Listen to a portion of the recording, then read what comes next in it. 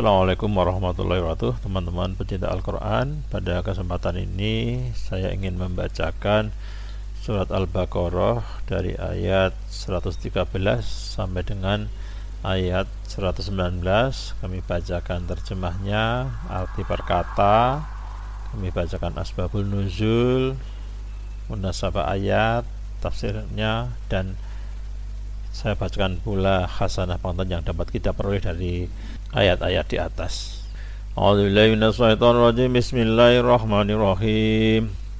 Wa qalatil yahudu laysatin nasara ala syai' wa qalatin nasara laysatil yahudu ala syai' wa hum yadlunal kitab kadzalika qala alladziina la ya'lamuna misla qawlihim wallahu yahkumu bainahum yawmal qiyamati fima kanu fihi yakhtalifun wa man adlamu mimman mana'a masajidallahi ay yudhkara fiha ismuhu wa sa'a fi kharabiha ulaika ma kana lahum ay yadkhuluha illa khaifin lahum fid dunya khiyyu wa lahum bil akhirati adabun adzim walillahil masyriqu wal maghribu fa aynama tuwallu fa thamma wajhullah innallaha wasi'un alim wa qalu ittakhadhallahi waladan subhanahu lahu ma fis samawati wal ardi kullun lahu qanitun badi'us samawati wal ard wa idza qada amran fa innama yaqulu lahu kun fayakun wa qala alladziina laa ya'lamuuna law yukallimuna Allahu aw ta'tina ayah kadzalika qala alladziina min qablihim misla qawlihim tasabbahat qulubuhum qad bayyana al-ayati liqaumin yuqinun inna arsalnaka bil haqqi basyiran wa nadhira wala tus'alu an ashabil jahim. Shadaqallahul azim. Wa qalatil yahudu, dan orang-orang Yahudi berkata, yakni orang-orang Yahudi penduduk Madinah, laisatin nasara ala syai', orang-orang Nasrani tidak mempunyai suatu pegangan, yakni tidak memiliki agama Allah Ta'ala, dan tidak ada agama selain agama Yahudi. Wa qalatin nasara, dan orang-orang Nasrani pun berkata, yakni orang-orang Nasrani penduduk Najran, laisatil yahudu ala syai', orang-orang Yahudi tidak mempunyai suatu pegangan dan tidak ada agama yang benar selain agama Nasrani. Wa hum yatlunal kitab, padahal mereka membaca Alkitab, yakni kedua golongan tersebut membaca Alkitab, tetapi mereka tidak mau beriman. Mereka malah mengatakan hal yang tidak tercantum dalam Alkitab. Kadzalika, demikianlah, yakni begitu pula, qala alladziina laa ya'lamuuna, berkata orang-orang yang tidak mengetahui tauhid di antara para leluhur mereka. Menurut pendapat lainnya, begitu pula orang-orang selain Yahudi yang tidak mengetahui kitab Allah berkata, misla qaulihim, sebagaimana ucapan mereka, yakni serupa dengan perkataan mereka. Walau yahkumu, maka Allah akan memutuskan, yakni akan mengadili, bainakum, di antara mereka, yakni di antara kaum Yahudi dan Nasrani, yaumul qiyamati fima kanu fihi, pada hari kiamat tentang apa-apa, yakni tentang agama, yakhtalifun, yang mereka perselisihkan, yakni yang mereka pertentangkan. Terjemah dari ayat 113. Dan orang-orang Yahudi berkata, orang-orang Nasrani tidak memiliki sesuatu pegangan, maksudnya, dan orang-orang Nasrani juga berkata, orang-orang Yahudi tidak memiliki suatu pegangan padahal mereka membaca kitab. Demikianlah pula orang-orang yang tidak berilmu berkata seperti ucapan mereka itu, maka Allah akan mengadili mereka pada hari kiamat tentang apa yang mereka perselisihkan. Wa man adlamu, siapakah yang lebih zalim dalam kekafiran mimman mana'a masajidallahi, daripada orang-orang yang merintangi masjid-masjid Allah, yakni dari orang-orang yang meruntuhkan Baitul Maqdis, ayut karofiha smuhu, untuk disebut nama Allah di dalamnya, yakni agar tauhid dan azan tidak dikumandangkan di dalamnya. Wasa'ah, serta usaha, yakni berupaya, biqorobiha, merobohkannya, yakni merobohkan Baitul Maqdis, termasuk melemparkan bangkai-bangkai ke dalamnya. Dan Baitul Maqdis tetap dalam keadaan roboh rusak hingga masa Umar bin Khattab radhiyallahu anhu. Ulaika, mereka itu, yakni penduduk Romawi, maka lahum, tiadalah bagi mereka rasa aman, ayat kuluha, untuk masuk ke dalamnya, yakni ke dalam Baitul Maqdis, illa khaifin, kecuali dengan perasaan takut, yakni bersembunyi dari kaum muslimin, sebab kalau ketahuan niscaya mereka akan dibunuh. Lau fid dunya khizun, di dunia mereka mendapatkan kehinaan, yakni azab berupa hancurnya kota-kota mereka, yaitu Konstantinopel, Amuriah, dan Roma. Walau fil akhirati azabun adim, dan di akhirat pun mereka mendapat azab yang besar, bahkan lebih dahsyat dari apa yang mereka terima di dunia. Terjemah dari ayat 114. Dan siapakah yang lebih zalim daripada orang-orang yang melarang di dalam masjid-masjid Allah untuk menyebut namanya dan berusaha merobohkannya.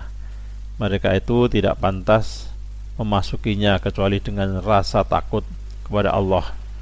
Mereka mendapat kehinaan di dunia dan di akhirat mendapat azab yang lebih berat. Walillahi masyriqu wal maghribu, dan kepunyaan Allah timur dan barat. Maksudnya bagi orang-orang yang tidak mengetahui arah kiblat, ketahuilah bahwa kiblat itu milik Allah. Fa innama tuwalu, maka kemanapun kalian menghadap, yakni kemanapun kalian membalikkan atau mengarahkan wajah ketika sholat setelah mencari arah kiblat, fasamma wajhullah, maka disitulah wajah Allah, yakni maka itulah sholat yang diridhai Allah Ta'ala. Ayat ini diturunkan berhubungan dengan sejumlah sahabat Rasulullah SAW yang tengah berada dalam perjalanan.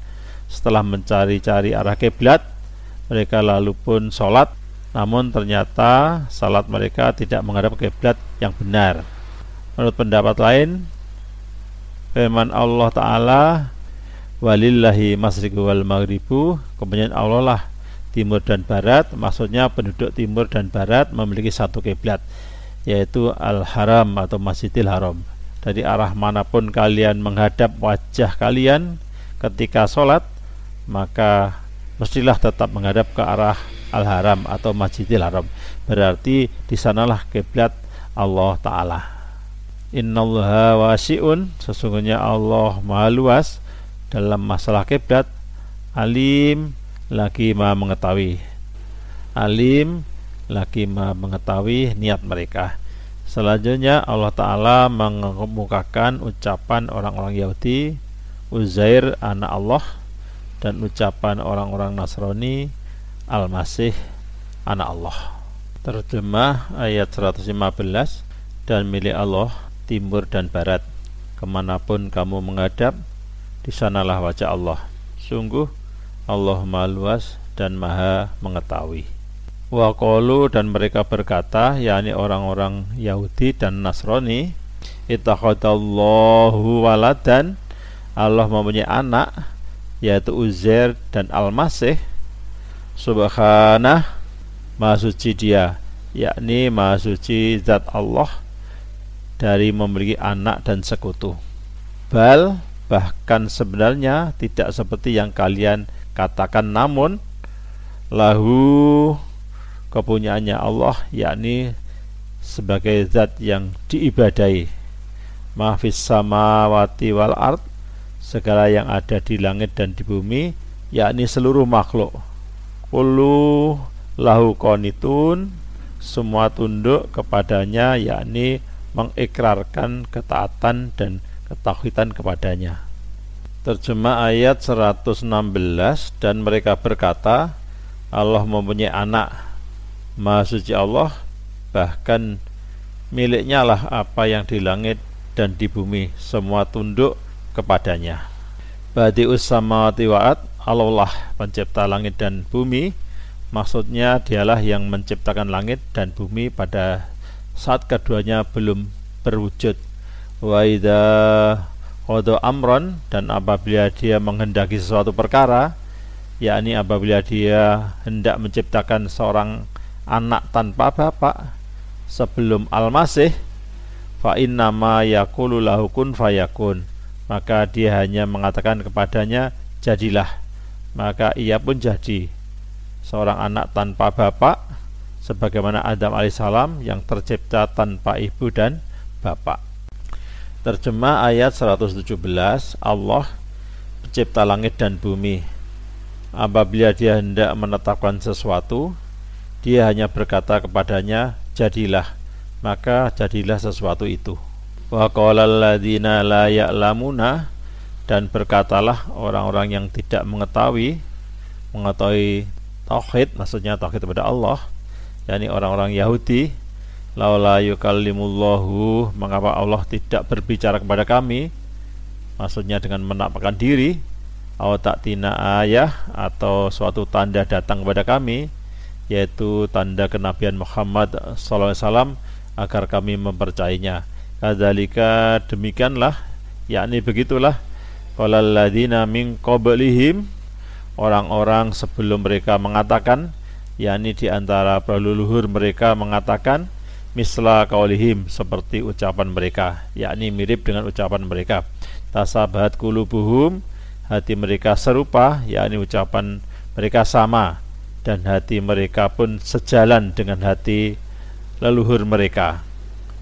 Qad bayana ayati, sesungguhnya kami telah menjelaskan tanda-tanda yang berupa perintah, larangan, dan sifat Nabi Muhammad SAW di dalam Taurat. Liqaumi yuqinun, kepada kaum yang meyakini, yakni yang membenarkan. Terjemah ayat 118, dan orang-orang yang tidak mengetahui berkata, mengapa Allah tidak berbicara dengan kita atau datang tanda-tanda kekuasaannya kepada kita. Demikianlah pula orang-orang yang sebelum mereka telah berkata seperti ucapan mereka itu. Hati mereka serupa, sesungguhnya telah kami jelaskan tanda-tanda kekuasaan kami kepada orang-orang yang yakin. Inna arsalnaka, sesungguhnya kami mengutusmu, wahai Muhammad, bil haqqi, dengan kebenaran, yakni dengan membawa Al-Quran dan Tauhid, basiron, sebagai pemberi kabar gembira berupa surga bagi orang-orang yang beriman kepada Allah SWT, wa nadhiron, dan pemberi peringatan berupa neraka untuk orang-orang yang kufur kepada Allah, wala tus'alu an ashabil jahim, dan kamu tidak akan ditanyai perihal para penghuni neraka, yakni tidak semestinya kamu dimintai pertanggungjawaban tentang para penghuni neraka. Menurut pendapat lain, kamu tidak akan dimintai pertanggungjawaban tentang para penghuni neraka, tegasnya tentang pengampunan bagi para penghuni neraka.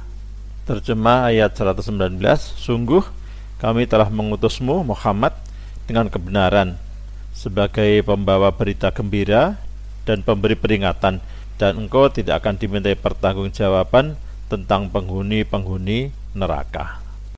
Munasabah ayat, anggapan orang Yahudi terhadap orang Nasrani dan sebaliknya.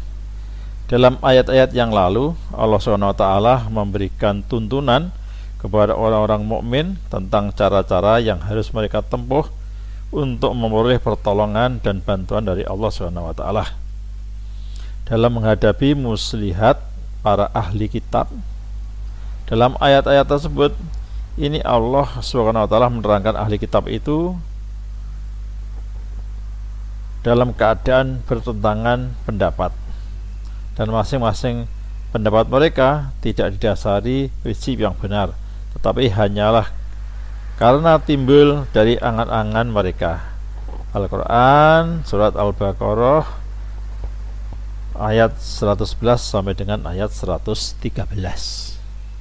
Asbabun nuzul Quran Al-Baqarah ayat 113. Diriwayatkan oleh Ibnu Abi Atim, dalam ayat ini turun berkenaan dengan perbedaan antara sekelompok Yahudi Madinah dan sekelompok Nasrani dari Najran.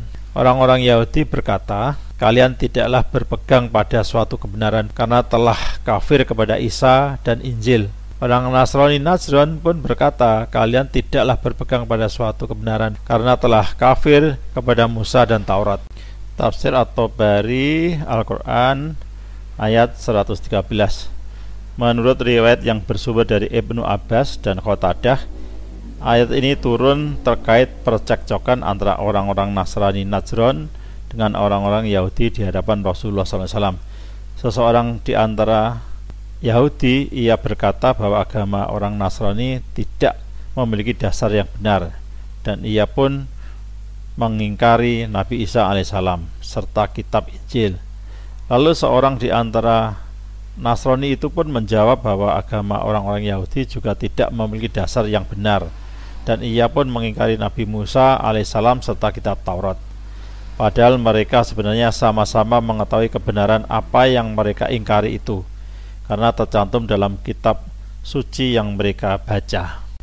Melalui ayat ini Allah memberitahu kepada orang-orang mukmin bahwa orang-orang Yahudi dan Nasrani itu sama saja derajatnya dengan orang-orang yang tidak tahu Allah, tidak tahu Rasul, tidak tahu kitab, karena belum pernah diutus seorang Rasul kepada mereka. Hal ini karena mereka mengatakan hal-hal yang batil, berdusta atas nama Allah, dan mengingkari isi kitab suci mereka.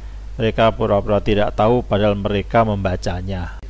Mengenai kelakuan mereka ini, Allah mengatakan bahwa kelak di hari kiamat Ia akan menentukan siapa yang batil dan siapa yang benar. Dia akan memberikan pahala kepada orang-orang yang selalu taat kepadanya, dan akan memberikan siksaan setimpal kepada siapapun yang melakukan kebatilan. Terdapat di halaman 434-441. Tafsir Ibnu Katsir Al-Baqarah 113. Mereka, kaum Yahudi dan Nasrani, saling klaim umat yang paling mentaati syariat Nabi masing-masing. Kaum Nasrani mengaku pengikut setia Nabi Isa dan mentaati syariat Injil, serta menilai kaum Yahudi pembangkang syariat Taurat yang dibawa Musa. Begitupun sebaliknya, kaum Yahudi melakukan tindakan yang sama kepada kaum Nasrani. Muhammad bin Ishaq meriwayatkan dari Ibnu Abbas, suatu hari orang Yahudi dan Nasrani datang kepada Rasulullah SAW. Di hadapan beliau mereka berpolemik dan saling membanggakan diri. Orang Nasrani berkata, kalian mengingkari syariat Taurat yang dibawa Musa. Orang Yahudi pun menimpali, kalian juga mengingkari syariat Injil yang dibawa Isa. Allah SWT kemudian menurunkan ayat ini. Ulama berbeda pendapat tentang kalimat orang-orang yang tidak berilmu berkata ... Sebagian ulama mengatakan maksudnya kaum sebelum Yahudi dan Nasrani. Ulama lain mengatakan kaum yang belum mendapatkan Taurat atau Injil. Rabi bin Anas dan Qatadah mengatakan maksudnya ucapan kaum Nasrani dan Yahudi sama saja, mereka tidak memahami kondisi masing-masing. Dalam ayat, maka Allah akan mengadili mereka pada hari kiamat tentang apa yang mereka perselisihkan. Allah SWT menegaskan dialah yang akan memberikan putusan atas semua perbuatan manusia di dunia, termasuk perselisihan Yahudi dan Nasrani. Ada di Tafsir Ibnu Katsir halaman 73. Kasanah pengetahuan yang dikandung surat Al-Baqarah ayat 114, patuh mengabdi kepada Allah tanpa syarat. Allah menggarisbawahi pentingnya kualitas ketundukan bagi orang beriman. Al-Baqarah ayat 136. Keikhlasan sejati membutuhkan ketundukan dengan penyerahan total kepada Allah. Akan tetapi ketundukan ini haruslah tidak bersyarat. Seorang yang ridho kepada ketentuan Allah tetapi hanya bersyukur dan berserah diri kepada Allah dalam kondisi tertentu tidak dapat dikatakan berserah diri jika ia menjadi pemberontak dan tidak patuh saat kondisi berubah. Sebagai contoh, orang yang memiliki hubungan bisnis yang baik dan mendapatkan sejumlah uang seringkali mengatakan bahwa Allah lah yang mengizinkan kondisi kekayaan dan keberuntungannya. Akan tetapi saat segalanya memburuk, ia tiba-tiba berbalik dan melupakan kepatuhannya kepada Allah. Sifatnya tiba-tiba berubah dan ia mulai mengeluh terus-menerus, bahkan melewati batas dan mulai menyalahkan Allah. Mempercayai Allah tanpa mempedulikan apakah yang terjadi pada diri kita itu baik atau buruk, atau apakah kejadian itu tampaknya menolong atau menjatuhkan, adalah sangat bernilai di mata Allah. Meskipun hanya dengan apa yang tampak dari luar, seseorang haruslah tunduk dengan menyadari bahwa segala sesuatu diciptakan dengan kebaikan dan kebijaksanaan. Harun Yahya berjudul Keikhlasan dalam Telaah Al-Quran 2003. Teman-teman, sudah selesai saya baca ayatnya, arti perkata, terjemah, tafsir, baik Ibnu Katsir maupun Tabari, munasabah ayat, asbabun nuzul, dan khasanah pengetahuan. Semoga bermanfaat. Kita coba. Alhamdulillah. Assalamualaikum warahmatullahi wabarakatuh.